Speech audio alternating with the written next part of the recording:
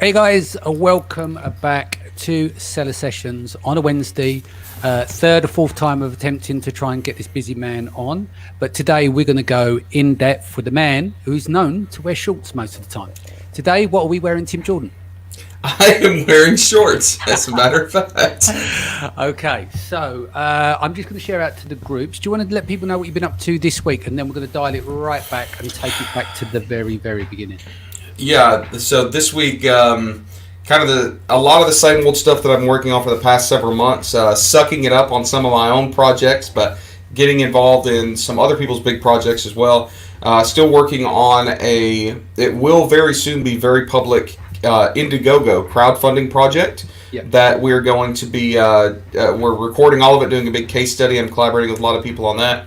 One of the things that I've been doing over the past couple of years is working kind of as an advisor for some service based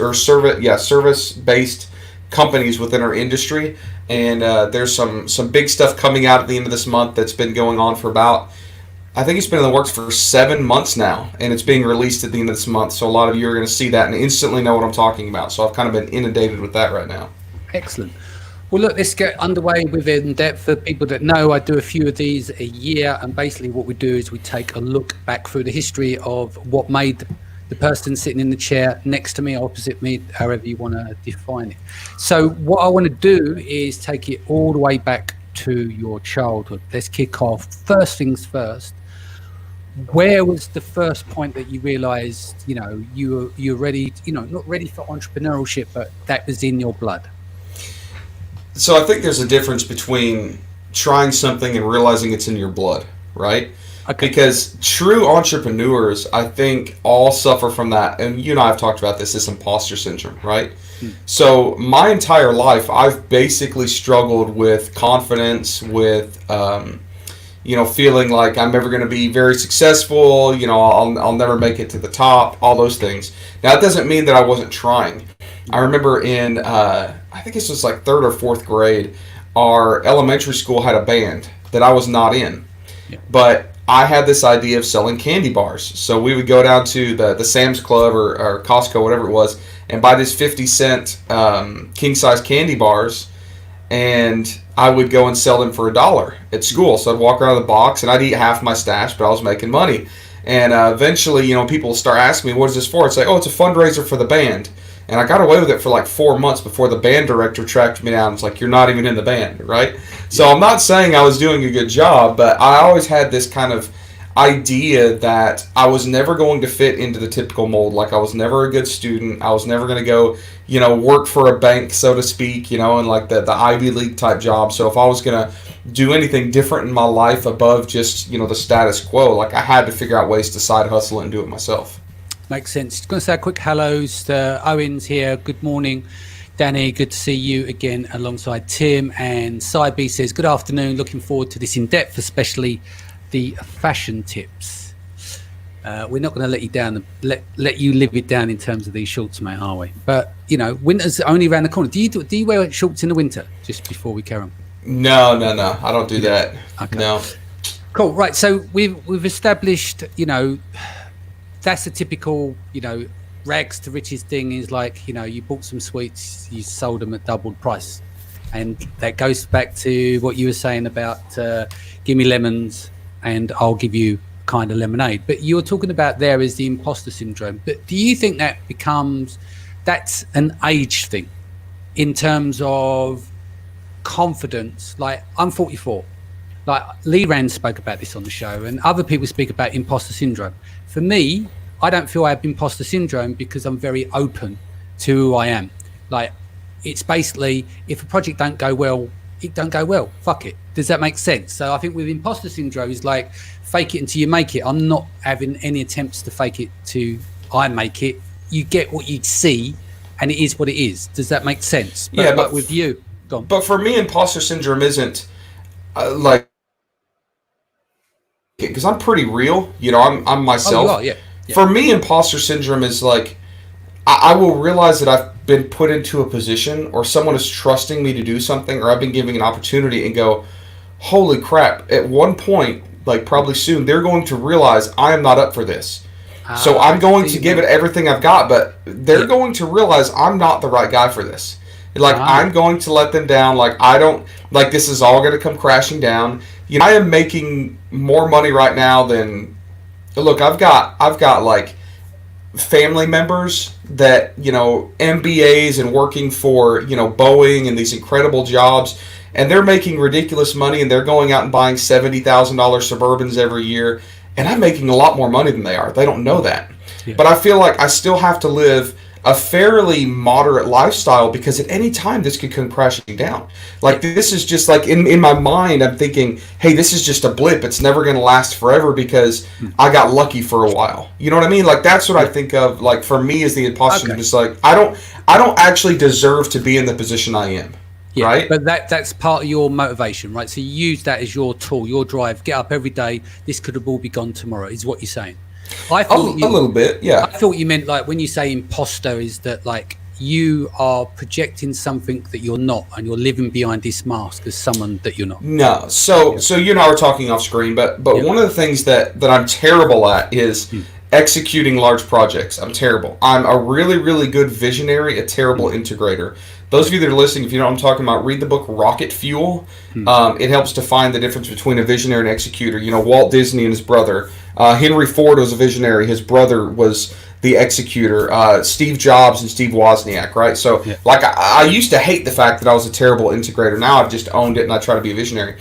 But anyways, part of this visionary thing, I've started getting these roles with these other companies. Sometimes I'm paid, sometimes I'm not, but I get to set up these big deals. And even last night, at like 9:30, I was standing on my bed on my cell phone. Like, I'd been sitting on my bed, now I'm standing. I'm so excited about this thing that I think that I just pulled off, and this crazy, complicated thing that is way outside of my league, because it's very, like, corporate and, like, it's huge. And I walked out, and my wife's standing in the kitchen doing the dishes, and I was like, oh my gosh, I think I've done this. And she said, I'm really proud of you. That's really cool.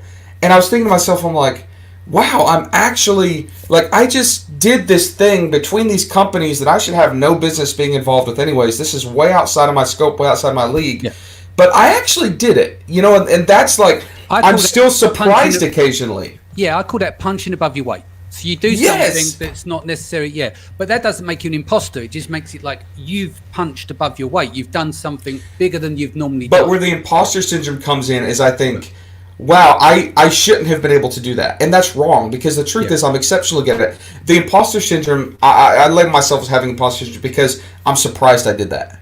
Right? Like, my wife's like, Tim, you've done this 50 times in the past 2 years. Like, you're fine. But I'm still shocked to go, oh my gosh, I did this, right? It's like, I still don't believe that I can do what I've been doing, right? And I think that goes back to, like, very, very, you know, like, deeply ingrained low confidence, you know, like just other stuff. And then as you do things and execute more and get better at certain things, then your confidence grows and it becomes less and less. Is that what you're saying as well?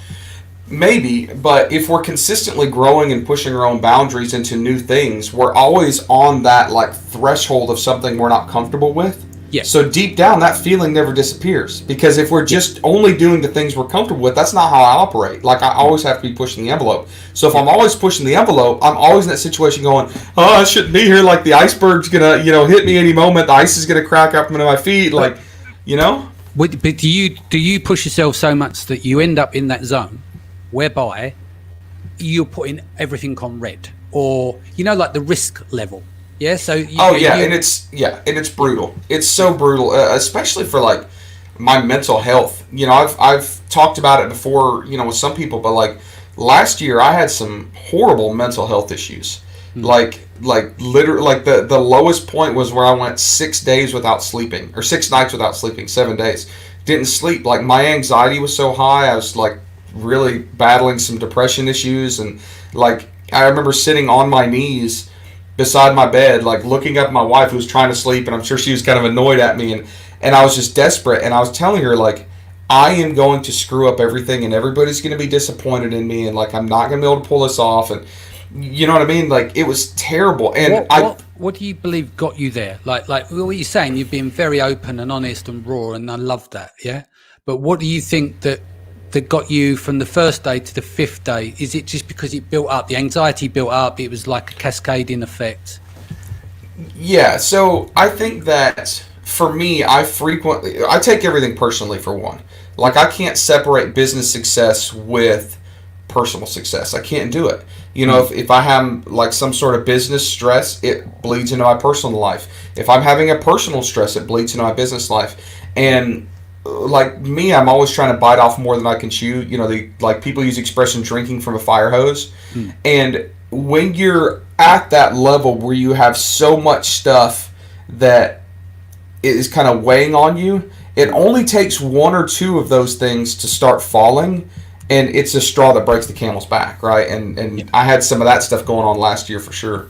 Yeah. And so, because obviously I don't want to go too far off track, just saying, Sai says imposter syndrome is weird and totally irrational fear of being a fraud or that you shouldn't be on the same team, etc. Which is what we're kind of saying. I'm just trying to understand the wording a bit clearer because there's an imposter, which is like a fraud part of it, but I don't see you as a fraud. I just think you've painted the picture of that where you are in a room and you pushed and you've bitten off more you can chew or punched above your weight. So it's just to try and understand your wording behind the meaning of what you're saying. Yeah, and maybe imposter syndrome, right? But the second definition that Sai said, I like I shouldn't be in this team, like so funny story. I remember when I first started dating my wife. She was actually my first college roommate's sister. He and I used to be really great friends, and until I started dating his sister. But I'd known him for like a year, and we always joked about how hot his sister was, right? And she was kind of a snob. You know, she would date like these athletes, and at one point she was dating a male model. No joke. He was an Abercrombie and Fitch model, and there was always this joke about like his sister. And one day she and I, by chance, spent some time together, started hanging out, and she wouldn't actually date me, but we would go make out a lot. We'll say that. Like she would call me up, we'd go run off together. This is when I was on college campus, but she would never officially date me. And when people started hearing like Kak's sister is going out with Tim, like people couldn't believe it. And for me, I couldn't believe it. Like I had issues with her. I was overly sensitive to everything because I'm like, well, I'm just some quick fling, like it's never gonna last. I'm punching above my weight, like she is way out of my league. And when you're constantly thinking that, like it doesn't let you react and act appropriately. You know, there were things that I was overly sensitive to her about that wasn't fair to her. There was times when I wouldn't even want to commit to her because I felt like at any time she's going to dump me, right? So it's kind of what Sai's saying, like being in that room, and it happens in business too. You know, I have been recently in boardrooms of businesses, and I'm looking around like I've got my arms crossed, like I hope they don't ask me a question because they're going to realize I'm really an idiot. Like I don't know what I'm doing here. Like why am I here? And at the end of the meeting, I usually crush it. Like that's where I do great. Like I have those skills, but it's difficult to convince myself going into it that I should even be in that room. Does that make sense? Yeah, So yeah, not like sure. a malicious fraud, not like I'm faking it, but Yeah. everybody has a better perception of me, I think, than I do. Does that make sense? Yeah, I get it. Obviously, everyone has a lack of confidence. But what the thing is for me is like you push this little button that goes, okay, let's go into the red zone over there where I'm totally uncomfortable. That's going to keep me up all night. That's interesting, you know, because you're constantly pushing yourself into the red zone all the time. But then you go talk about mental health, but where do you get to enjoy the process as well? Because is it like you're forcing yourself into this fear process to, if you're going against the grain of, I don't want to become arrogant and above my stations, therefore I have to be the polar opposite. Do you give yourself any reprieve there? Not really. And I think, you know, you're talking about fear of like pushing too far, but I think I also have a fear of not pushing hard enough, Yeah. right? Like, I don't want to prove people wrong. Like, I don't want to be a failure. Like, I grew up, and you can say what you want to about, you know, like, I'm still a white male. There's white privilege, all that great stuff. But the truth is, I also grew up dirt poor. I didn't even realize it. Like one of the most profound things that happened to me in my life, I had an adopted sister who was 10 months younger than me, and I always felt the need to kind of take care of her. And I remember like 5th or 6th grade, she wanted a pair more than she could stand it of Timberland boots. You remember like in 99, 2000, those things were popular. She wanted a pair of Timberland boots so bad she couldn't stand it. And they were like $60, and my parents absolutely my sister started working and doing some stuff and trying to raise her own money, and she was selling stuff, and she raised like $50, and my parents took it from her because they had to buy groceries.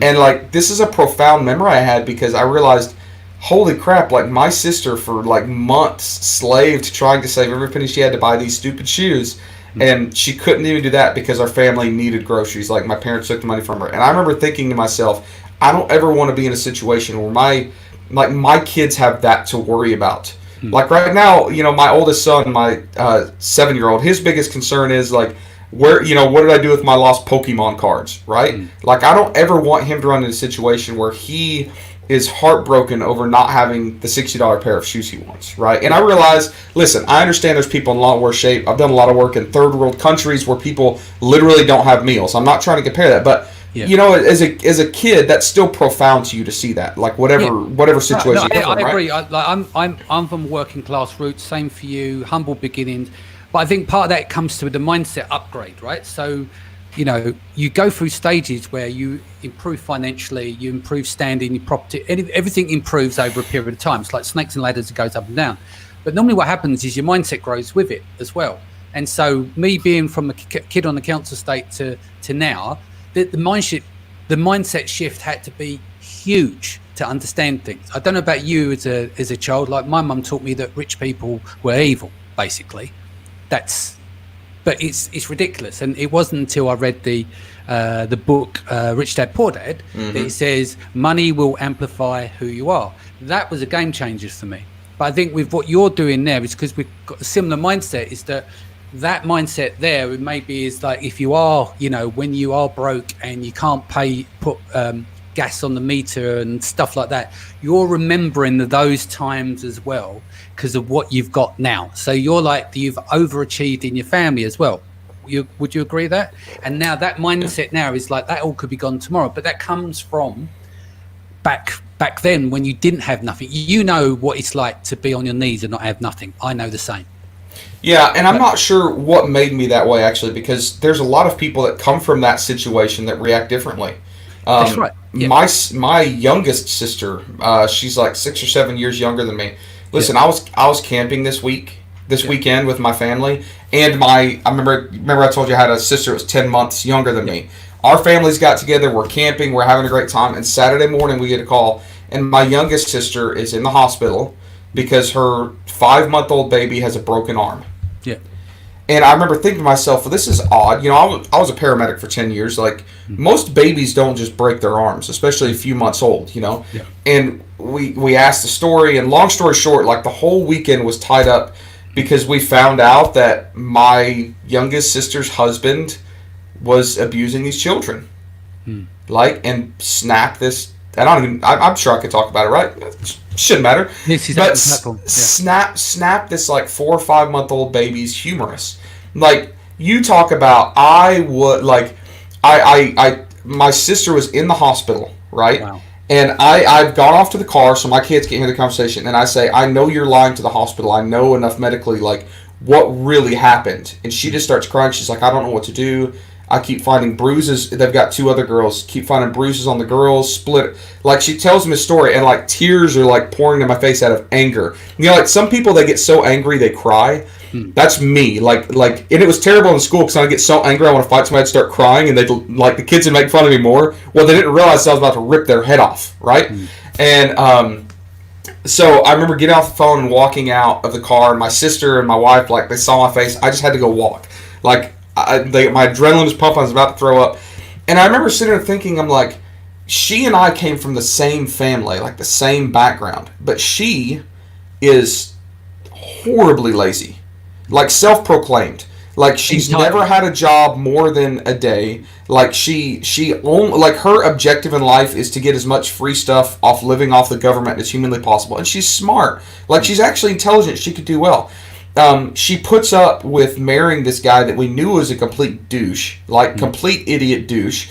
She's and there's, I could go deeper into this, but she's, put her kids in a situation, never told anybody, where her kids are getting abused, and like, I don't understand to this day, like, why she and I came from the same background, and she and I are so polar opposite ends of the spectrum, right? Because there's people that grow up poor, there's people that grow up abused. that fight that with every fiber of their being. And there's some people that just understand, like, this is normal, cycle continue, right? So I've always wondered, like, what was the actual difference, you know? Yeah, I think people take different routes in life, and their personalities come out in different way. You can, like, some are very much the same, some are polar opposite, aren't they? But no, that's I'm sorry that you had to endure that as a family member. Digressing over back to, so we're going back to childhood now, right? We covered imposter syndrome and a variant of other things that you've had to deal with. Where did it go from in terms of school? Were you against school education? Was it a waste of time? Did you benefit from it? So I was always one of those, like, really smart kids that never did any work. Like, I was a solid C student because I would ace on my tests, but I'd never do my homework, right? And I was always just ready to move on. Like, yeah. I was not social. I was a great athlete, but I was very antisocial. Like, did not really care about school. Just wanted to move on because I wanted to become older and get out of my household, right? Like, I wanted to leave. So, you know, I never had a lot of friends. That's kind of sad, right? Never had a lot of friends. Never had a lot of, like, great memories. None of that stuff. Moved around a lot, you know, when I was a kid. All sorts of crazy stuff back in those days. How old was you when you left school? I guess I was 18. Just turned 18. Oh, you completed school, but what yes. about leaving home? How old was you when you left home? The moment I graduated high school, I left. I was gone. So I graduated high school and I went to college about 1,000 miles away and never looked back. Right. Okay. So you just felt the need to get out of the city. So I've missed some steps out here. What kind of jobs and stuff did you do between high school and college? What were some of the entrepreneurial things that you did there? So, man, I've done everything. And not even entrepreneurial. I've worked as servers in restaurants. I've worked at gas stations. There was one point where I started doing like landscaping. I'd go out and, you know, we do dirt work and stone work and planting grass sod and all that good stuff. Basically doing whatever I could to make a buck, you know, just to get by. Because even when I was 16 and decided I wanted a car, there was no help, you know. So I bought an $800 car and learned how to fix it up myself, and, you know, that's what toted me around. But college is pretty tough too because I had absolutely no money.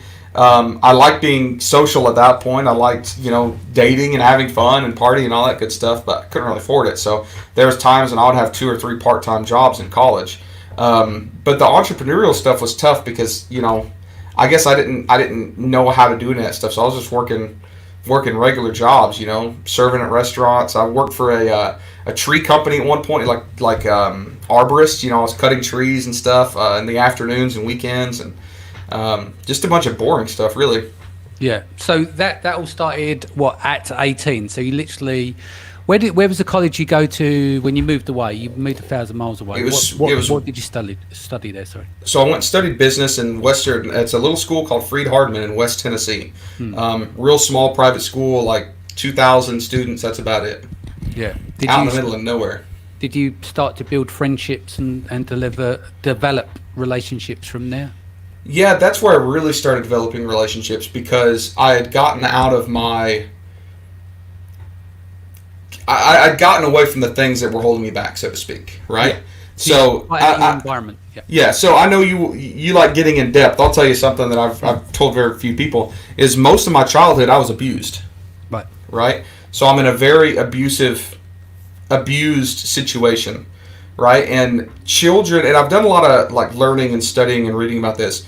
And children that are abused, they never have a good experience from it, right? They always have these bad reactions. And for me, it was extremely low confidence, and as long as I was in that house, as long as I was in that situation, there's very little that I could do to grow and to function, to become social. I mean, I remember I would be like in high school, and, you know, I was a great athlete. You know, could have had a lot of friends, but like even lunch break was so terrifying for me because my psyche was so jacked up from being abused most of my childhood that I didn't have the confidence to go sit down at a table with a bunch of my teammates, you know? So I would literally go find like a corner, like for the last 3 years of high school, my lunch break was I would find a corner in a hallway and sit and read.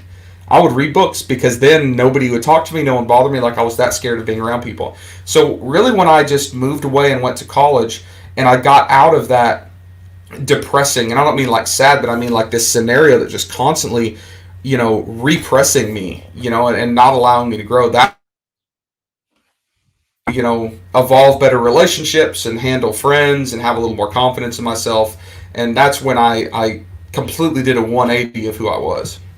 So that was like a bit of a crowning moment there. So going from what happened in your childhood, which probably explains now the imposter syndrome, some of the things that go through your mind now because of the setup of life prior to that. So Yeah. fundamentally, what was those big changes? You've moved away, you're away from abusive situation. Well, one is that. Was it because you can be the new Tim? You could be a new person now because no one knows you. There's no baggage, if you like. There's no history there. This is a fresh start. Yeah, that fresh start's so important. You can just start from scratch. You can be whatever you want to be, whoever you want to be. You can change your history, so to speak. You can put on a face that you've never been able to show before. But also, it was sink or swim. Like for me, I got a little taste of this freedom. I got a little taste of this, like, oh, this is what the world is like. This is what, like, I don't have to go to bed every night feeling like a piece of crap. And I started gaining friends and a support system, and started, finding things I was, a little bit better at. And the more that I tasted that, the more I realized, crap, I don't want to go back. Like, I don't want to go back to poverty. I don't want to go back to this piece of crap family, abusive situation. I don't want to go back to all of this baggage. But dang, I was broke. And I was going to a school that was too expensive. And I was racking up, like, I think I was racking up close to $20,000 a year in student loans. I was still driving my $800 car, but I was trying to be social. I was trying to go, weekends to the beach with my friends and take girls out on dates at restaurants that I couldn't afford, So it was definitely sink or swim, and that kind of kicked me into gear to, all right, if you don't want to be, lazy and worthless all your life, like, you're going to have to start working right now. This is the time to do it. Yeah. And so what by the sounds of it, that you started your entrepreneurial travel there already, because there's no support network in terms of it's shit or bust, right? So you had to make a success of it. So how long were you studying for at that college? 4 years, yeah. And let me say something about entrepreneurism too. Entrepreneurism isn't just owning your own business. No. Like, entrepreneurism isn't just, having a startup company. Like, entrepreneurism is about expanding yourself via business. Okay? Like, I firmly believe that. I was just named Chief Growth Officer at Sellers Funding, right? Amidst all the other things I'm doing. And I remember I was kind of announcing that publicly on a Facebook Live, and someone went, oh no, what's that mean for e-commerce if Tim Jordan is now taking a job? And I was like, that's an interesting thought, because, I preach entrepreneurism. I love it. So what does this mean? Like, if I'm actually, like, if now I have a paycheck from a more established company, but my response was, this allows me to be a different type of entrepreneur on a different scale, on a different stage, because now I have, like, big money funding, and I have, like, a big team that can help facilitate this stuff. And I started thinking about, like, and you just mentioned it. You're like, your entrepreneurial start. And I was like, well, I was working normal jobs. I was a waiter, and I was cutting trees, and I was doing this. But the truth is, that was entrepreneurial too. Like, I wasn't just, taking a job because I was supposed to. I wasn't just working 9 to 5 because that's what's expected. I realized, if I want to better myself, if I want to have more capabilities for myself, if I want to have more freedom, if I want to have more luxuries, if I want to have more stability, like, I got to work my butt off. And for me at the time, it was working multiple jobs. It was working as a server and a tree cutter and a, paid volunteer firefighter at the time. I know that sounds weird, but I was doing it. Like, all of those things. So entrepreneurism doesn't just mean starting a company. It means just trying to elevate yourself through business, right? Yeah. So creating products, services, all of those things, and creating jobs, creating wealth, whether that's for you or for others as well. Trying to break ground and innovate. Or whereas the business owner is, they'll open a shop and that will be it from that. It's just, it'll keep churning, same thing, day in, day out, year after year. So where do we go from there? So new life, new start. You just left university, done 4 years. Where do we go next? Well, I was a terrible student, horrible student. Maybe it's because I didn't have time. Maybe it's because I didn't know how to focus, or I didn't choose to focus. Whatever it was, but my wife, or at the time my girlfriend, who was outside of my league, she was graduating. She was coming back to Alabama, where she was from, to eventually work for Boeing as well. That's where a lot of her family worked. She had a great job, and I decided, hey, if I don't go to Alabama, like, she's going to find somebody else better than me in a rapid pace. So, like, I better follow her. Just trying to find a job, anything really. And in college, I'd worked, I told you, as a part-time paid volunteer firefighter. You know, it was a small city. It's a small city. They needed volunteer firefighters, but nobody wanted to sign up to be a volunteer firefighter. So what they would do is they would pay you per call. So once you went to the training, they'd give you like $50 for every call you responded to. So you didn't work a schedule. You just get paid per call. So if somebody in one of the girls' dormitories burned their popcorn and the smoke alarm went off, by God, we all showed up. There was like 50 of us showed up, signed the paper to get paid, right? Yeah. It was amazing. Like, I may or may not be able to confirm there were fire alarms called in by individuals just so we'd get paid. That was kind of a racket. But I actually fell in love with it at that point. I remember at one point, my dad, who I probably should have never trusted, but for some reason I still listen to his advice. He said, well, I'm glad you're having fun, but I know that, you know, you'll never work in the public safety, public service sector because that's just not who you are. So I remember thinking, all right, this will be an adventure in college. But when I came down to Alabama, every time a fire truck would drive by, I'd be like longingly looking after it. Like, oh man, that looks like so much fun. So eventually I applied for the fire department here in the city of Huntsville. There was 2,500 applicants, only 25 positions, and I was one of them. So that started me 10 years as a firefighter, paramedic. So walk me through that. One second, I'm just going to open the door because it's getting hot in here. But walk me through this whole thing with firefighters, because obviously it's dangerous. Did you go out on dangerous calls where, you know, it takes a bit of bravery to go out because there are times when people just don't come back, do they? Yeah, and I actually almost think it's not, it doesn't require as much bravery as people thinks it does, because training takes care of that. Like, once you've decided you're going to do it, you just do it. I'm scared of heights, scared to death of heights. Same and for years, I was assigned to a tower truck that was 110 feet tall. Big ladder with a platform on it. That's 10 stories high. And I worked on that truck. And if I was on a fire scene, I'd get up there no problem because the training kicked in. So it was never an issue of like being worried going to work, because the truth is 95% of that job you're just sitting around watching Game of Thrones on TV. Like, nothing's going on unless the alarm rings, right?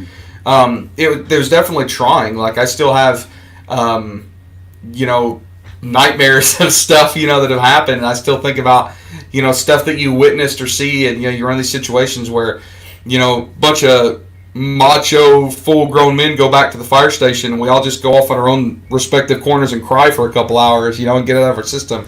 But I never saw it as like a big, dangerous job. I thought of it as awesome. I applied for some specialty rescue teams. I was a hazmat tech, high angle rescue specialist, structural collapse specialist, confined space specialist, like all this crazy stuff. Swiftwater rescue specialist.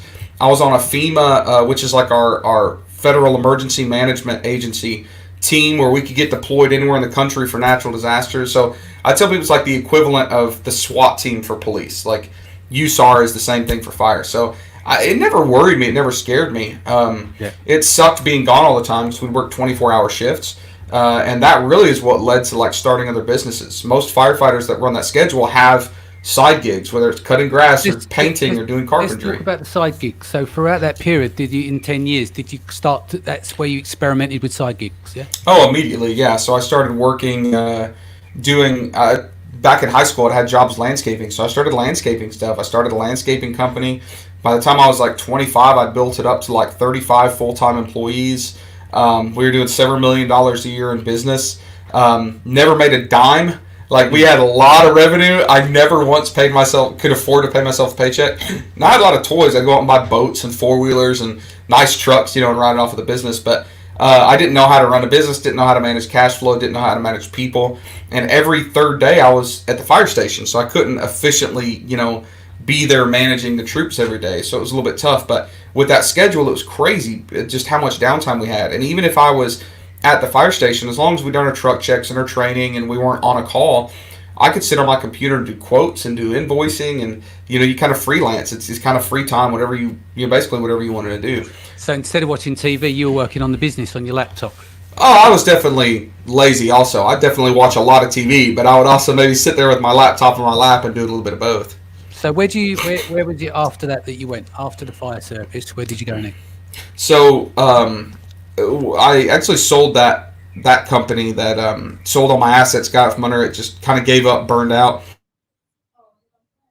Government procurement stuff. If you've seen the movie War Dogs with the guys that were like, it came out a few years ago, but they're doing government bid work for weapons to like Iraq and Afghanistan. Great movie, it's hilarious, but that was me, just not with weapons. I was selling diesel generators and dump truck tires and Quest protein bars to the State Department, so contractors and things like that, embassies, consulates, and that got me dipped into the. I was doing that with a friend of mine actually that I'd built a building for, and that got me into like the procurement sourcing, and that landed me a lot of wholesale accounts, which eventually I found Amazon, started selling. Used my procurement contacts in China to start buying and shipping, and that got me into Amazon. Slow down. So because I would like to try and keep a bit of a timeline. So you jump quickly from the fire service, selling the company and the assets and stuff. You've gone into procurement and then straight into Amazon. When was this? How many years ago was this? This is 2015, and I was still at the fire department. Right. So I was still at the fire department, but I'm negotiating deals for $500,000 orders of Quest protein bars to the government. And accidentally, found Amazon's opportunity, started selling on it.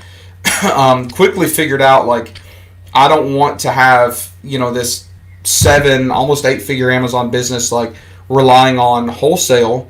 So I talked to the owners of that company. They're friends of mine, but I said, hey, like, I want to start developing our own products. And they said, we're not interested. It's never going to work. The selling on Amazon thing isn't going to be great. And I'm like, you guys, you realize how much money I've made you over the past 6 months doing this? They didn't care. So that's when I started selling private label. And then, using the existing contacts I had for sourcing and shipping, and just in private label, started another business myself and hit 7 figures in like 7 months. It was amazing. Cool. And are you, when you were doing that, we were talking 15, were you clueless, or did you do a course, or did you do masterminds back then? Or I have never watched an Amazon selling course. Never been through one. I've been like featured in some. I've done modules, and I recommend some, but I've never watched one. So I just figured it out. But in 2015, you threw a dart at the wall and you made money. I mean, it wasn't that tough, right? Did it just run to the top, didn't it? Yeah, it's just crazy. So I was selling all sorts of crap. So working off that timeline, so 2015, you've done the procurement thing, you've moved from wholesale, you've built your own 7-figure Amazon brand. Where did you go from there? Like you said, you got to $1 million in 7 months. Yeah, so I was doing great without knowing what I was doing, but because I had those contacts with the sourcing and the shipping, and like I had people, I was good at that, and people started calling me saying, hey, like, can you ship my stuff with your stuff? Can you help me find something? So I eventually teamed up with a guy in Shanghai. We set up an office in there, and that's when we started the company Hickory Flats, which was mostly sourcing. Then it moved into consolidated shipping. We built 3PL warehouses in the U.S. So from like 2016 to 2018, we built a pretty sizable operation of sourcing, shipping, taking people over to China. We'd set up the same operation in Central America, in Guatemala, sourcing, shipping, trips down there. We were doing all sorts of crazy stuff. So at about 2008, the autumn of 2018 is when I realized, like, the fire department was done. Because I realized I would get annoyed when it would be shift day. Like, when I'd have to go in, I was in a bad mood. I was getting burned out. Like, I had transferred to a slow station so that we wouldn't get calls. Like, if we got one call a day, we were lucky. And I realized, like, I don't need to be filling a seat here when I don't really care about this anymore. I cared about it, and I cared about the guys, but I was more interested in other stuff. So Was this also down to selling on Amazon and inventory, and even though you hit 7 figures, were you still a bit concerned about cash flow and having another income coming in? The fire department was steady for you? Well, yeah. I mean, go back to that imposter syndrome. Like, what if this thing all folds? In the next 6 months, or what if this is 2 years? And the great thing about the fire department is I would only have to work 25 years. Yeah. That's it. So I was going to be able to retire with full pension, full retirement, full insurance for the rest of my life at age 56 or something.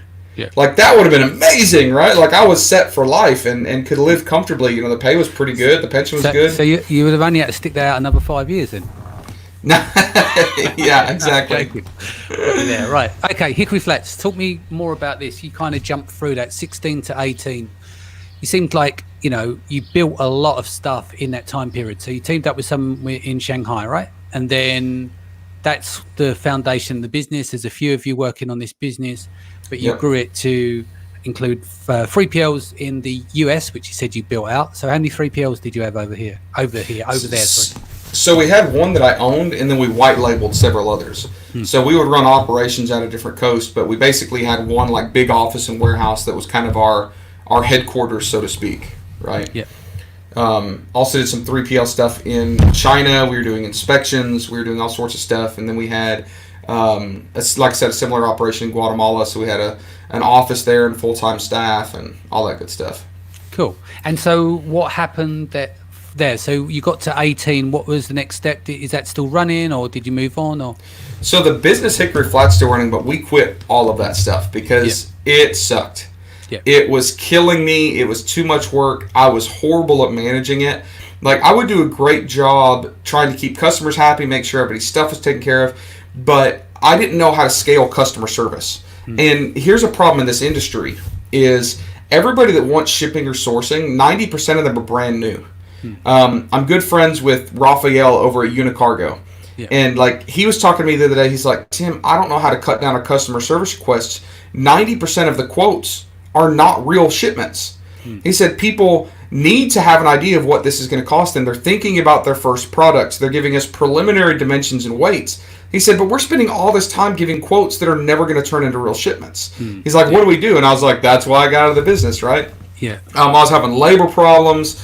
I had some other business partners that that relationship was rocky, we'll say, and I think I got to the point where I was just done with it. I was tired of trying to juggle too many things. I was tired of having this business model that was going to be hard to scale. I was tired of just the amount of stuff I put on my shoulders, and I decided I have to simplify this. So the Chinese business, basically, the Chinese side of the business, I gave all that equity to my Chinese business partner and that staff over there. They still operate it today. Swift China Sourcing, those guys are great. Rave reviews. I see like Cindy Norton in here, like she loves those guys. Yeah. I gave the Guatemalan business entity to the girl there that ran the thing. I said, you can have it. Here's all the equity. You've already got customers. You keep operating it. Happy birthday. You have a business. And basically, we took everything that most of our staff ended up, we were able to either get rid of them or they saw the writing on the wall and found other jobs. And I went to a very, very streamlined process. I mean, just a few staff members, a couple VAs, and we started doing a lot more content. I've never done a course, but we have a group coaching program called Centurion League, trying to do some content, do a little bit of consulting, and then we have sourcing trips. COVID's kind of wrecked that, but we were doing sourcing trips prior to that. So really simplified my life a lot, which definitely helped my mental stability. We'll say that. So that was 18, yeah? So that... Well, 18 into like 19, yeah. Okay, so what was the next step from there? So the next step from there is I had service-based companies start calling me. And they'd always called me. Like 4 years ago, Manny Coats was offering me a job. And I'm like, I don't want a job. Like, I'm not taking this. But when I ended up splitting up with all my business partners, and Hickory Flats was 100% mine, so I could make these decisions, independently of even Hickory Flats. I didn't have too many responsibilities to other people. And I had basically cut out a lot of our revenue. I'd stopped the sourcing, stopped the shipping, stopped the warehousing, all that stuff. I was able to spend a little bit more time doing other things. So now when these companies started talking to me, I was like, yeah, I've got a little bit of time. Let me see what I can do. So I started working as a consultant for some companies in things like growth and client acquisition, and helping these companies that were not e-commerce sellers but serving e-commerce sellers understand what an e-commerce seller needs, understands their unique pain points, and developing unique selling propositions and things like that. And I know a lot of people in this industry. I mean, when I started Hickory Flats, like 2016, I started going to these conferences, and that's one thing I do is I just know a lot of people, right? So I ended up doing some consulting, and now I've even taken on an executive level position, like I said, for sellers funding, where I get to use all of this experience, like all of the bull crap that I dealt with, trying to do the shipping company, like led me to a position where I'm actually an expert in certain things. So I get to continue growing this entrepreneurial process with other companies that have a whole lot more weight behind them, and they can fix the things that I'm not good at. I'm a good visionary, not a good integrator.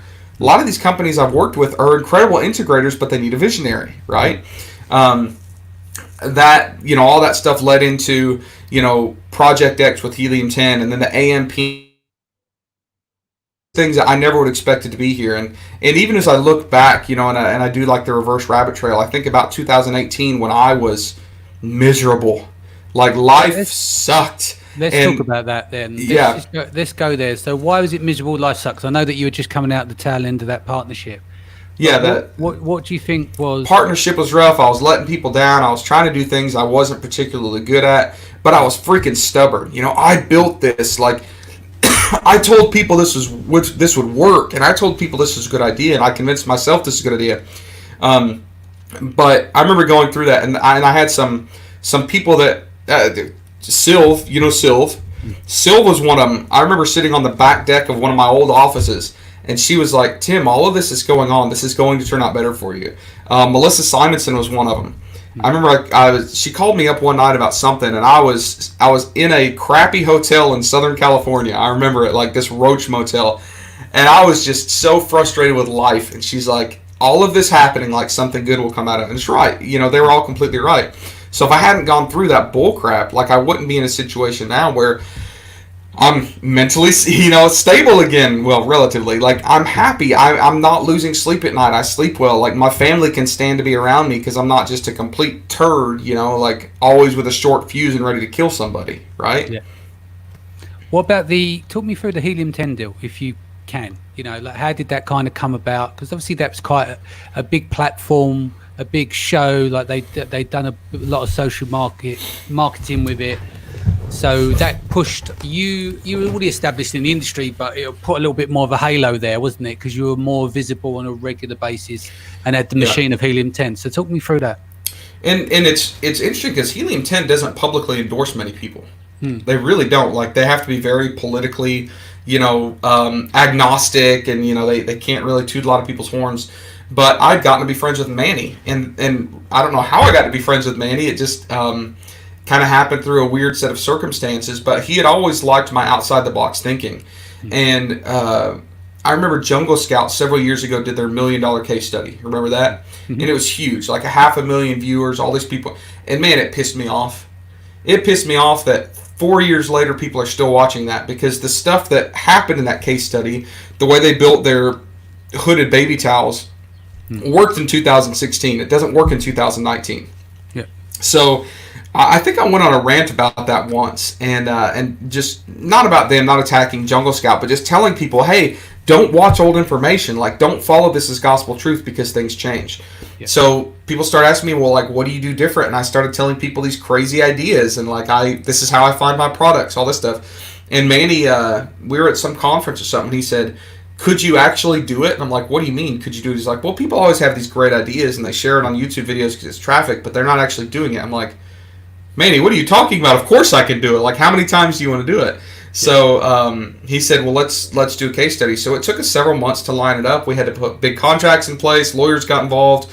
I had to turn over all the IP rights to everything. We gave them the products. At the time, I was still had some business partners. We all sat down and agreed, like any products that we find doing this, like Helium 10 will actually own these. Hickory Flats and Tim won't own these. So that was kind of like, do we want to show people this process? There's a big conversation like, hey, this is some cutting edge stuff that not many people are talking about. Like, if we share these ideas publicly, is it going to hurt us in the long run? because we're going to find less opportunities. So anyways, we went through all that, and it worked. I started flying out pretty regularly to Irvine, Los Angeles. We started shooting those episodes. We started getting a lot of traction. Helium 10 ran the whole thing. So they did not pay me for that. They paid my travel expenses, but that's about it. It was just like, hey, this is something I feel like we need to do, and obviously it was good for me. And what kind of halo effect do you think you got from that? Obviously, you raised your profile a bit more, but what has been this? Would you say is the benefits to do it? Like you said, you didn't get paid for doing it. Basically raises your profile, right? It's good for you, but what were the effects of that? Well, it's similar for me. The immediate effects were similar to when I took over AMPM podcast. I remember when that conversation came up. Boyan, the COO of Helium 10, he said, "Hey Tim, you've got your private label Legion group. You've got a podcast. What are you doing with the podcast?" And I was like, "It's a good question." And Legion Radio is the name of it. And he said, "Are you trying to monetize that?" I said, "Not directly." I said, "Monetizing a podcast is hard." I said, "Don't do it. It's you don't." And he said, "Not at our level. We're not Tim. When you're talking Ferris, we're not Tony Robbins." Yeah, exactly. And I said, I said, so the reason that I'm doing the podcast is for relationships. If I have a podcast, I get to invite someone to come on my podcast that I wouldn't normally get to have a call with. I couldn't get them on the phone, and then that starts a relationship, which helps me learn something or achieve something, or your network is your net worth, right? Yeah. And he said, that's interesting, and that's the big thing that happened, like with Helium 10, was I don't care about the cool social media posts. It kind of makes me feel a little awkward, to be honest with you. It's that imposter syndrome sneaking back up. But it gave me the opportunity to meet other people, to have conversations with other people. It gave me the opportunity to learn a lot of things that I haven't known before. It's given me the opportunity, to get on other podcasts and have these relationships. And all of that stuff has made me a better business person. It's made my own product business stronger and better and more stable, all those things. And when it went really well, that's when they came back and had the conversation about the AMPM podcast. They're like, "Tim, we were looking for someone to host this thing for like 6 months, and we've talked to some people, never a great fit, or people weren't interested, whatever. But like, you get our company culture. People actually listen to you. I don't know why, but people actually listen to you. Like, what would you think about running the AMPM podcast?" So again, I don't work for Helium 10, and I told them that. I said, "I'm not your employee. I'll run this podcast, but I get to say what I want to. Like, I get basically editorial control." I think they could, in the contract, they have a clause that, like, if something crazy happens, they could choose not to air an episode. But for the most part, they're letting me invite who I want to. They're letting me talk about what I want to, and kind of treat it independently from Helium 10. It's interesting really cool. because they've already got an established podcast already, right? With Bradley's got an established podcast. So it's like you both are on the Project X together, but then you do a non-branded Helium 10 podcast or In the Family podcast. So you got Bradley over here and you got Tim over there. It's just trying to understand those like kind of dynamics. But obviously this is a different operation. Yeah. And that's what we talked about was like, what's the purpose of having two podcasts, or what's the advantage of having two podcasts? And the reason they started Serious Seller Podcast with Bradley was because Manny had gotten to the point where he wanted to exit Helium 10. The problem is he's the face of Helium 10. He was right in the middle of it. And if you guys go back to AMPM podcast episode 195, which is where I took over, it's kind of the handoff from Manny to me, and he explains this, and we go through the history of it. But basically, they had dropped AMPM podcast, but they were still getting tons of views a month. There's 194 episodes out there, and they didn't just want to drop it. But on the other hand, they had this new podcast, which is rocking. They won the... Do you know what that is as well? Because iTunes algorithm is so piss poor. You've got podcasts that are ranking in there that are 2 years out of date as well. Not that that's a bad thing. That's great for you guys. But there's nothing in the algorithm that balances off like newer material. So it was probably ranking really well for the set of keywords. Therefore, you're getting all the residual traffic still, So basically what I said was, I would be interested in taking this over, but we're not going to repeat. Like, we're not just going to have the same guest. We're not going to talk about the same thing. So we kind of diverted a little bit. We separated. So Bradley runs the Serious Seller podcast, which is more dedicated to Amazon selling, and it's the stuff that he's better at, like the real tactical tips and tricks and hacks and like walkthrough stuff, where the AMPM podcast is more entrepreneurial, but from the eyes of an e-commerce seller. So like as an e-commerce seller, like what's next? Like what else do we have to worry about? So like I had George Bryan on that talked about crazy entrepreneurial mindset stuff. We've had Will McGinnis, a Grammy award-winning musician, that talked about starting a business in Haiti. We've got people coming on that are experts in real estate investment and Airbnb stuff and like Shopify stuff, all sorts of crazy stuff. So it's actually a pretty good mix. We can. I guess our podcasts are owned by the Helium 10 machine, which is an advantage because they have a huge marketing team and they know how to blast this stuff and how to grow it up and blow it up big. But the theme and the voice and the content and the objective is very, very different. So they don't overlap. Makes sense. Where do you want to see yourself from 5 years from now? I don't even care. I care, but I don't even want to guess. Because if I could go back 5 years from now and have this conversation with myself, where do I want to be in 5 years? I might have stared too closely at the goal, which would have been nowhere near where I needed to be. Yeah. Right? And 5 years ago, I never would have guessed that I'd be doing... Like, I went to Vegas recently, when was it? The white label thing in, January. And, not like a fangirl thing, but like, hey, Tim, good to meet you. Just so you know, this free content you put out 2 years ago changed my life. I started down this path because of this content you guys put out that helps me to walk away from the job I hated. Now I own a very successful business that I get to spend more time with my kids. I'm like, holy crap, who would have ever thought that would have happened, right? Never in a million years. I've gotten to travel the world. I had a passport with one stamp from Jamaica for my honeymoon. And then when I started this journey just a few years ago, I've been to 20 different countries and seen the world and really grown my perspective. I've got friends all over the world. My birthday was 2 weeks ago, and Megla, she said, hey, Tim, can you do 15 minutes on a sourcing tips for me on a Zoom call? I'm like, great, okay. So I get on, and it was actually a surprise birthday party, and I had 30 people from Singapore and Australia and New Zealand and Europe singing happy birthday to me, and I was taken aback. I was like, holy crap, this is really cool. Who would have ever in a million years thought this would be me? So when I think about the next 5 years, there's no way I'm going to put this is where I want to be, because who knows? I could be poor and broke and destitute and bankrupt and divorced in 5 years. Or I could be doing the exact same thing I'm doing now and be happy. Or I could be completely out of e-commerce and into land development in Reno, Nevada. Who the heck knows? But that's the cool thing about being an entrepreneur is, you don't have to follow the path. It doesn't matter what other people think you should be doing. It doesn't really matter what you think you should be doing. You follow the path of least resistance to the objective that you set for yourself, your why, whatever that is. More time with your family, more money, more ability to help people, more success, more bragging rights, more diplomas on the wall. It doesn't matter, right? Yeah. But as entrepreneurs, we're flexible enough where we follow that path and of least resistance and figure it out. Legacy or money? Oh, absolutely legacy. But I think that money is required sometimes to bring a legacy. How would you like to be remembered? I just want to be remembered as a good guy. As someone who wasn't a complete dumbass. Someone who made a lot of mistakes, because we all do. But treated people the best that he could, learned from his mistakes, was humble enough to figure out that I don't know it all, but I learn. I want to be a good father. I want to be a good role model. I want to be a good friend.